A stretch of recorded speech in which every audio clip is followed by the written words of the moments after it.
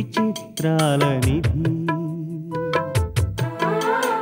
ఓ విధి విచిత్రాల నిధి వింత కథల సారథి ఆశ నిరాశల వారధి నిరంకుశ నిర్ణయాల నిర్దయవానిధి ఓ విధి విచిత్రాల నిధి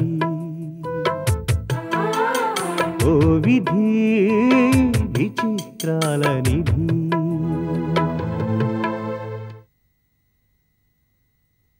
మనసు ప్రశాంతంగా ఉంచుకుంటే అనారోగ్యం దగ్గరకు చేరదు అంటారు. కానీ నువ్వు ప్రతి విషయాన్ని ఎక్కువగా పట్టించుకుంటూ మనశ్శాంతి లేకుండా చేసుకుంటున్నావు. ఏదైనా కొంతవరకు పట్టించుకోవచ్చు, కానీ మన చేతుల్లో లేదని తెలిసాక ఏది ఎలా జరిగితే అలా జరుగుతుందని వదిలేయాలి. అంతేగాని దాని గురించి ఆలోచిస్తూ ఆరోగ్యం పాడు చేసుకోవడం వల్ల ప్రయోజనం ఏమీ ఉండదు. మీరు మాట్లాడేది దీపక్ విషయమేనా? అవును, దీపక్ ఆఫీస్కి వెళ్ళి మాట్లాడాను. మీరు కూడా బాధపడేటట్టు మాట్లాడా? నన్నేదో అన్నాడని నేను బాధపడలేదు, కానీ దీపక్లో చాలా మార్పు వచ్చిందని మాత్రం అతని మాటల్లో అర్థమైంది. భార్గవి ఇన్ఫ్లుయెన్స్ అతని మీద చాలా ఉంది. ఇప్పుడు భార్గవి తప్ప మరో ప్రపంచం లేదు దీపక్కి. అమ్మ చూపించిన అభిమానం, కంటికి రెప్పలా చూసుకుంటూ తనని ఇంతవాణ్ణి చేసిందన్న కృతజ్ఞత అన్నీ మర్చిపోయి భార్గవి తప్ప తనని అభిమానించే వాళ్ళు కానీ తన గురించి పట్టించుకునే వాళ్ళు కానీ లేరనుకునే స్థితికి వచ్చాడు. భార్గవి తనకెంతో కావాల్సిన మనిషిని భార్గవి లేనిదే తను కూడా లేనట్టుగా మాట్లాడాడు. దీపక్ అలా అనుకోవడంలో కూడా తప్పు లేదనిపిస్తోంది. నిజంగా దీపక్ మనసుని అంతగా అర్థం చేసుకునే అమ్మాయి దొరికితే పెళ్లి చేసేయడమే మంచిది. జీవితాంతం అతనికి తోడుగా ఉంటుంది.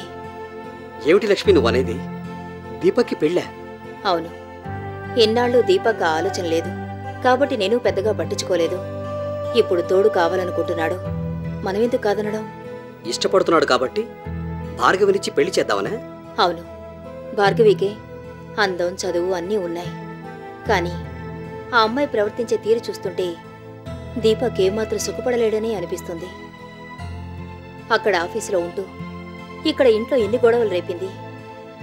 ఎంతో ఆత్మీయంగా కలుసున్న మనుషుల మధ్య దూరాన్ని పెంచి ఎవరికీ మనశ్శాంతి లేకుండా చేసింది. రేపు పెళ్ళైతే ఇంకెన్ని గొడవలొస్తాయో, ఈ ఇంటిని ఇంకెంత అల్లకొల్లోలం చేస్తుందేమోనని భయంగా ఉంది. అయినా మనం చేయగలిగింది ఏమీ లేదు. అంతా దీపక్ చేతుల్లో ఉంది. ఆ పైన వాడిష్టం, వాడి అదృష్టం.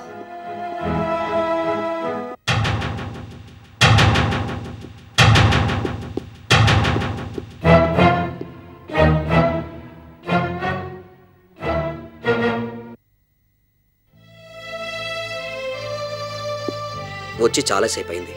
నేను వెళ్తాను లక్ష్మి. ఆరోగ్యం మాత్రం జాగ్రత్త.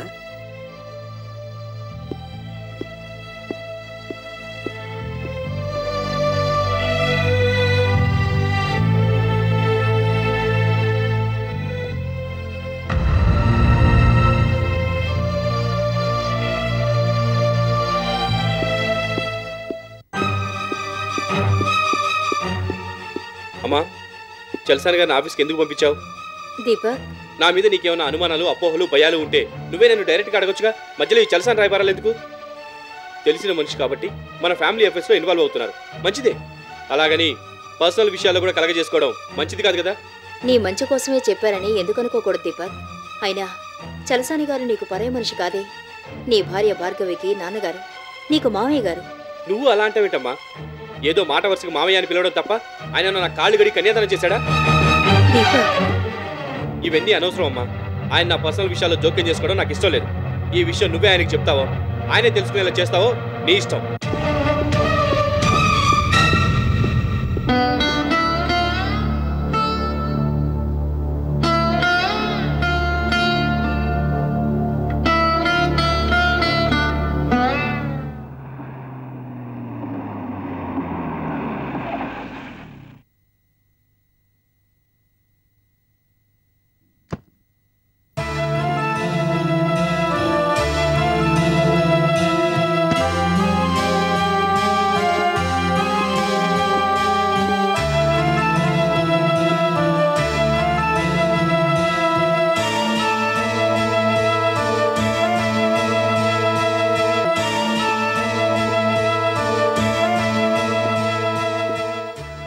భార్గవి,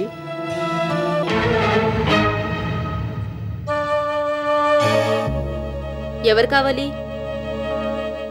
నన్ను గుర్తుపట్టలేదమ్మా? లేదు. నేను చలసాన్ని.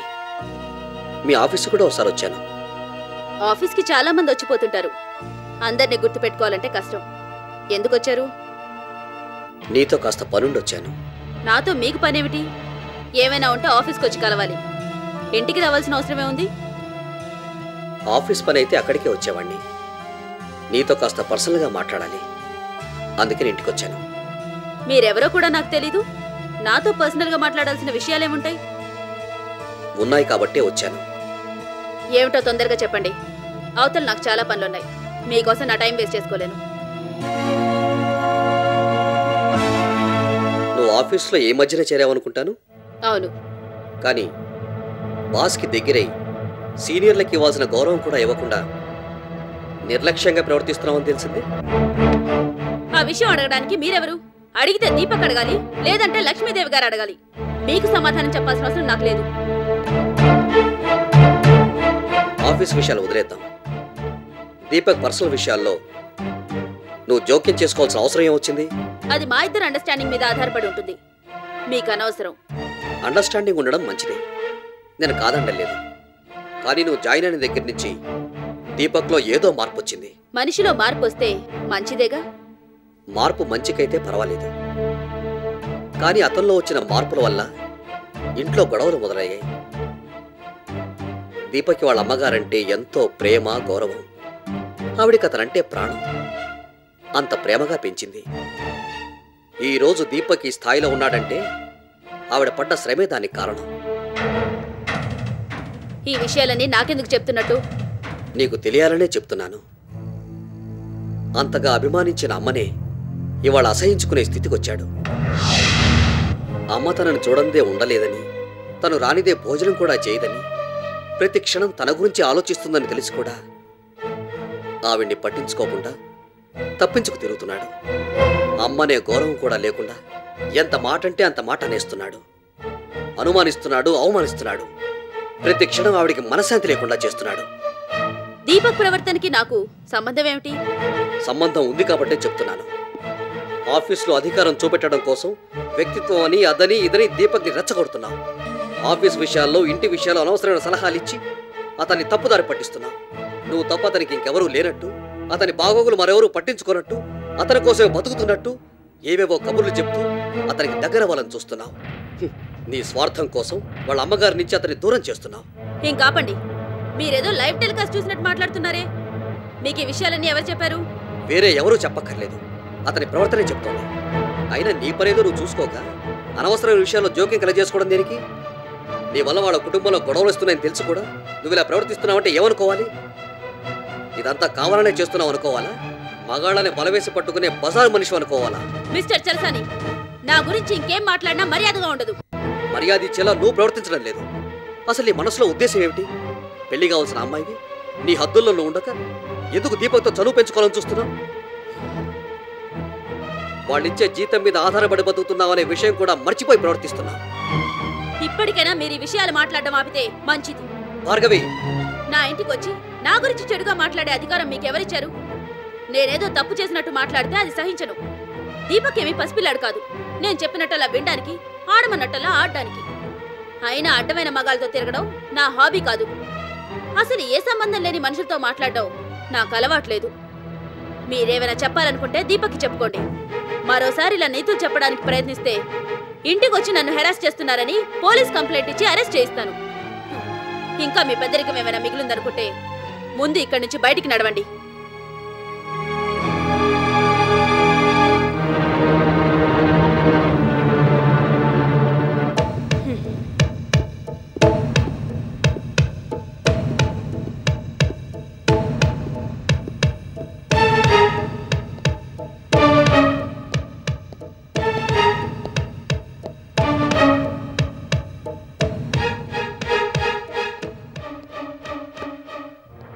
Good, very good, wonderful Bhargavi. Madam, మీరు ఎంతసేపు అయింది వచ్చి? కరెక్ట్గా చలసానికి నువ్వు గడ్డి పెడుతున్నప్పుడు వచ్చాను. ఆడది ఎదురు తిరిగితే ఎంత జూలు విదిల్చే మగసింహమైనా తోక ముడుచుకుని పారిపోవాల్సిందేనని ప్రూవ్ చేశావు.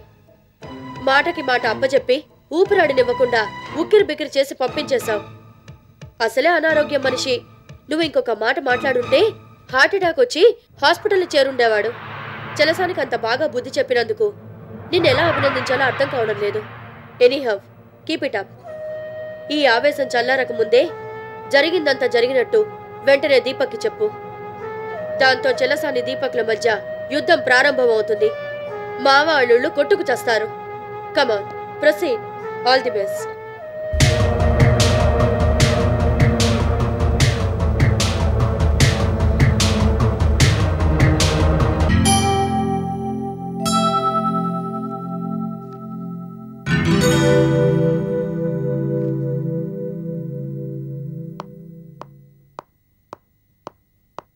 బీడి, బట్టలన్నీ సర్దావా? అన్నిటినీ సూట్ కేసులో సర్ది రెడీగా ఉంచాను బేబీ. సంధ్య, ఇలారా. ఏమిటంత హడావిడిగా ఉన్నావు? నా బెంగళూరు ప్రయాణం ఇవ్వాలే కదమ్మా. ఈవినింగ్ ఫ్లైట్కే బయలుదేరుతున్నాను. ఈ గొడవలో పడి ఆ విషయమే మర్చిపోయాను. నీ వయసులో నాకు కాన్ఫరెన్స్ స్పెల్లింగ్ కూడా తెలీదు. నువ్వు ఏకంగా కాన్ఫరెన్స్కి అటెండ్ అవుతున్నావు. నాకు చాలా గర్వంగా ఉందమ్మా. అదేం లేదులే. నీకు లక్ష్మీదేవి గారు లాంటి అమ్మమ్మ ఉంటే కాన్ఫరెన్స్కి వెళ్ళడమే కాదు, ఏకంగా కాన్ఫరెన్సే ఆర్గనైజ్ చేసేదానివి. మరింతకీ ఈ క్రెడిట్ అంతా నాదేనంటావు? అందులో డౌట్ ఎందుకు? నీతో మాట్లాడడం కష్టం. నువ్వు నేర్పిన విద్యే కదా. కంప్యూటర్ లాగా ఏ ప్రశ్నకి ఏ సమాధానం ఇవ్వాలో ముందుగానే ఫీడ్ చేసి ఉంచుతావు అనుకుంటాను. ఇంతకీ ఫస్ట్ టైం నేషనల్ లెవెల్ కాన్ఫరెన్స్కి అటెండ్ అవుతున్నావు. నలుగురితో పాటు వినొచ్చేస్తావా, లేక నువ్వు ఏమైనా ప్రిపేర్ అయ్యావా? నలుగురితో పాటు కూర్చోడానికి బెంగళూరు దాకా ఎందుకమ్మమ్మా? ఏ సినిమా హాల్లోనో కూర్చుంటే సరిపోతుందిగా. వాళ్ళు పంపించిన ఎజెండా, బుక్లెట్ అన్నీ చదివాను.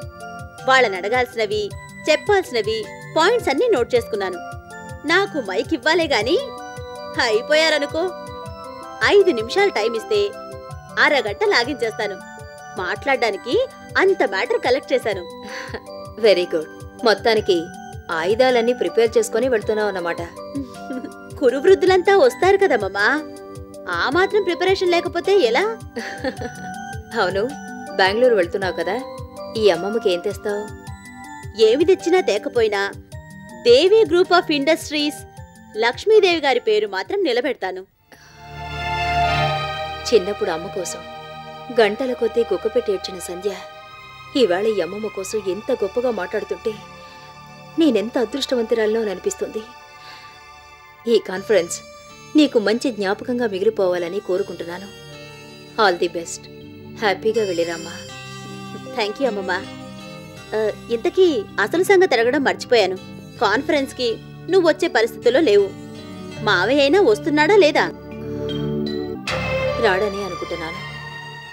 అదేంటమ్మమ్మా, తప్పకుండా అటెండ్ అవ్వాలని నువ్వు గట్టిగా చెప్పలేదా? ఇదివరకటి మావయ్య అయితే నేను చెప్పకపోయినా వెళ్ళడం తన బాధ్యత అనుకుని వెళ్ళేవాడు. ఇప్పుడు నేను చెప్పినా వెళ్లే పరిస్థితుల్లో లేడు. ఏమన్నాడు? వెళ్ళడానికి కుదరదన్నాడు. భార్గవి వద్దనుంటుంది, అందుకే వెళ్ళానుంటాడు. అదేనమ్మా నా బాధ. ఇంటి గురించి ఆలోచించడం లేదు, ఆఫీసు బాధ్యతలు కూడా సరిగ్గా పట్టించుకోవడం లేదు. కావలసిన వాళ్ళందరినీ దూరం చేసుకుంటున్నాడు. ఇవన్నీ చేసి చివరికి వాడేం సాధించాలనుకుంటున్నాడు నాకు అర్థం కావడం లేదు.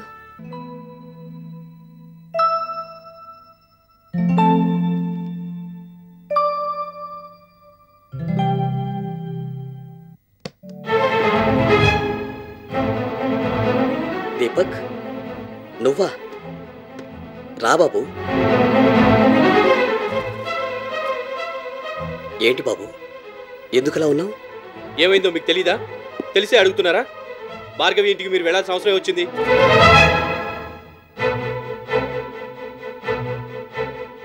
అది కాదు బాబు, మీ అమ్మ మాట్లాడితే అమ్మా అమ్మ.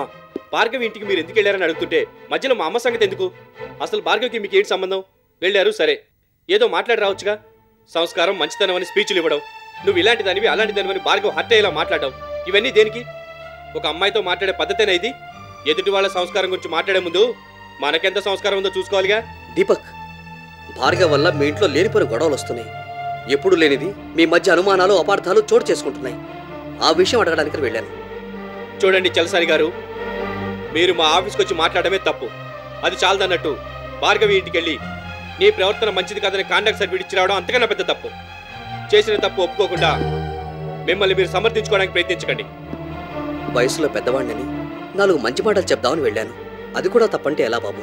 లేని పెద్దరికం మీద వేసుకొని మా పర్సనల్ విషయాల్లో జోక్యం చేసుకోవడమే తప్పంటున్నాను.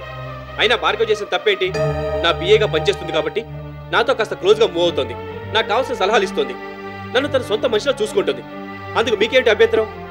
ఆడా మగ కాస్త చనువుగా ఉంటే అపార్థాలు అనుమానాలు తప్ప వాళ్ళ మధ్య స్నేహం అభిమానం కనపడదా మీకు? మీరు ఇలాగే ఆలోచిస్తే మీకు రోజుకి తేడా ఏముంది? ఇలాంటి అనుమానాలతోనే అనుకుంటారు మీ ఫ్యామిలీ లైఫ్ పాడు చేసుకున్నారు. చూడండి, ఇంకెప్పుడు భార్గవ్ వల్ల మా కుటుంబం నాశనం అయిపోతున్నట్టు, దాన్ని నిలబెట్టడానికి మీరేదో కంకణం కట్టుకున్నట్టు మాట్లాడకండి. దీపక్, అద్దంలో మనల్ని మనం చూసుకుని మురిసిపోతూ ఉంటాం. అలాగని కుడియడమల తేడాలుంటాయని మర్చిపోతే ఎలా? భార్గవ్ విషయంలో మీ అమ్మ బాధపడుతూ ఉంటే అడగడానికి వెళ్ళానే తప్ప నిన్ను అనుమానించడం, బాధ పెట్టడం నా ఉద్దేశం కాదు బాబు.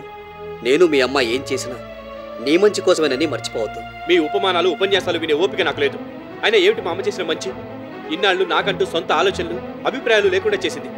ప్రతి క్షణం వ్యక్తిత్వాన్ని చంపుకుంటూ తనేం చెప్తే అది వింటూ గంగిరెద్దులా తలూపేలా చేసింది. భార్గవి పరిచయం అయ్యాక నేను ఓ మనిషినని, నాకంటూ ఒక వ్యక్తిత్వం ఉందని తెలిసింది. ఇన్నాళ్ళు ఏం పోగొట్టుకున్నానో అర్థమైంది. నిజానికి నన్ను తిరిగి మనిషిని చేసిన భార్గవ్కి నేనెంతో కృతజ్ఞతలు చెప్పుకోవాలి. అలాంటి మనిషిని పట్టుకొని అవమానించడం, నిజాయితీ అని నిలదీయడం దేనికి?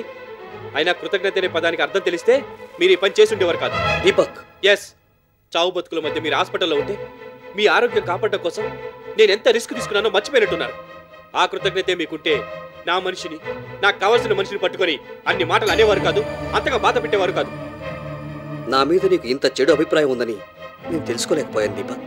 ఇంతవరకు లేదు, కానీ మీరే కలిగించేలా ప్రవర్తించారు. ఇప్పటికైనా ఈ విషయం తెలుసుకుని మీ హద్దుల్లో మీరుంటే మంచిది. మీ పెద్దరికాన్ని కాపాడుకోవడం అంతకన్నా మంచిది. మరోసారి ఇదే పొరపాటు జరిగితే పరిస్థితులు మరో రకంగా ఉంటాయి. మంచి మనిషికో మాటని ఇంతకన్నా ఎక్కువ చెప్పనవసరం లేదనుకుంటాను.